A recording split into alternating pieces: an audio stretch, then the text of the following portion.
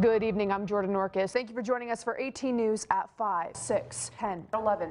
An Elmira mother pleading guilty tonight in the murder of her own daughter. The jury has reached a verdict at the murder trial of former Minneapolis police officer Derek Chauvin in the death of George Floyd. A Potter County community is in mourning after 12-year-old Wyatt Brimmer was shot and killed by his twin brother. A stunning announcement today. Embattled Governor Andrew Cuomo, once considered the darling of the Democratic Party, is leaving office in 2 weeks. 18 News first broke last night reports of shots fired on the 600 block of Park Place in Elmira. Police are now ruling this a homicide. You work with people every day, people who are battling some form of mental illness. For many people, the hardest part is simply recognizing when it's time to seek professional help.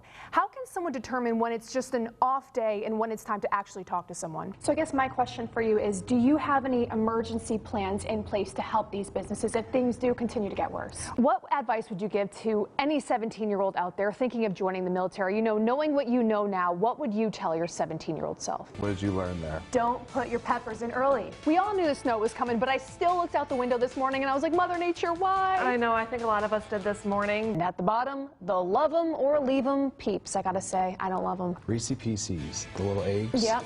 Those are at. I don't like peanut butter. Tom Brady. Had to do a little quick change. Is that Tom Brady in the house? Yeah, Tom Brady got to Look show a at that. little love. TB12. Yeah. Joe Gilbert, Gronk. Yeah. I'll There take you all the go. hate from Brady haters. That's okay.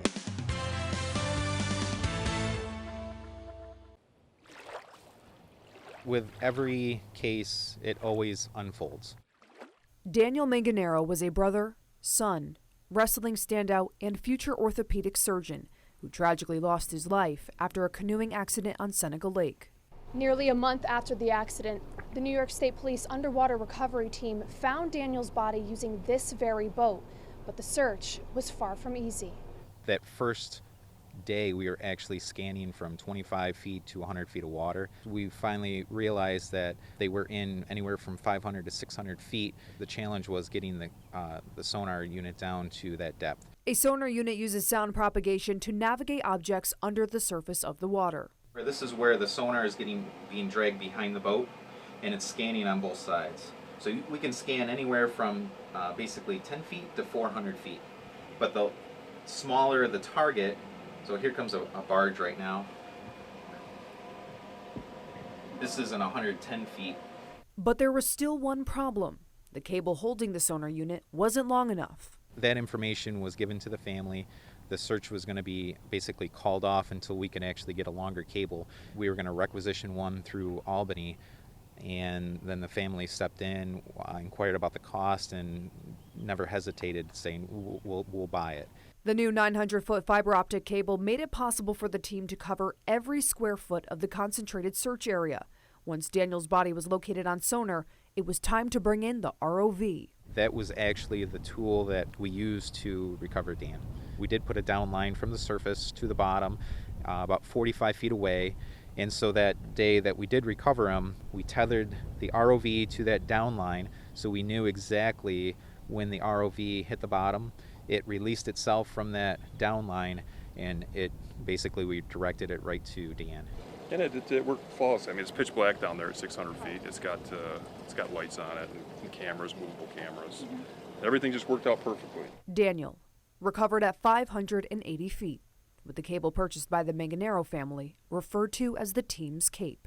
When the family bought the cable, I picked it up from the residence, and on the outside of the packaging box it says, "This is the Dan cable, deep water aid needed." We're going to keep the Dan cable in a special place and only use it when needed.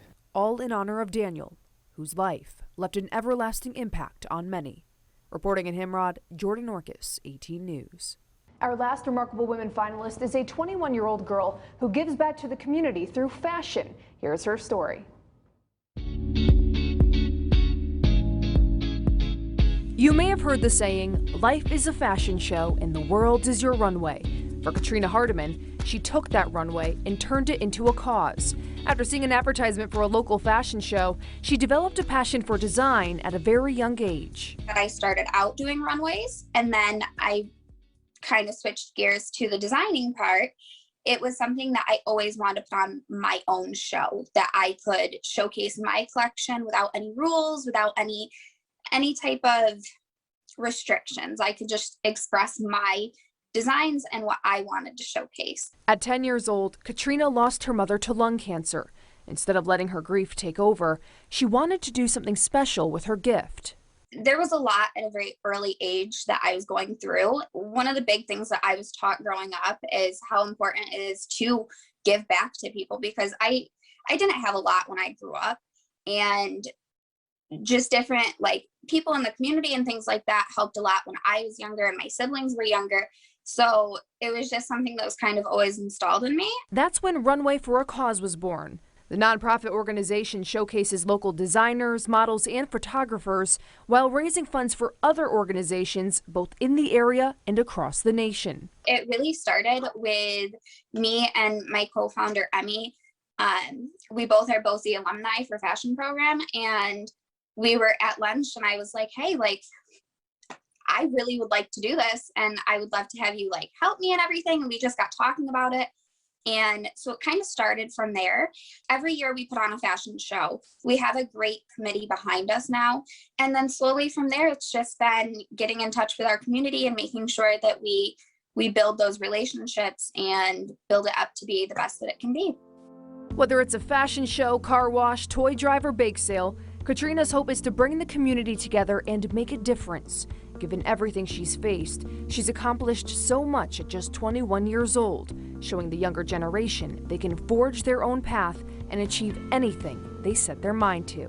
Expressing yourself for me is one of the biggest things that has helped me grow and really turn out to be the person that I am. I think that we live in a generation where you have to be able to have some sort of an outlet. And if it's something that you can share with other people and have them be able to see it and maybe feel something, even if it's not the same thing that you necessarily felt while creating it, I think that's a really powerful thing. Push yourself to be you, to be exactly who you want to be, and go after what you believe in, even if nobody else believes in it, because I promise you will find people who do. Jordan Norkus on 18 News, your local news leader.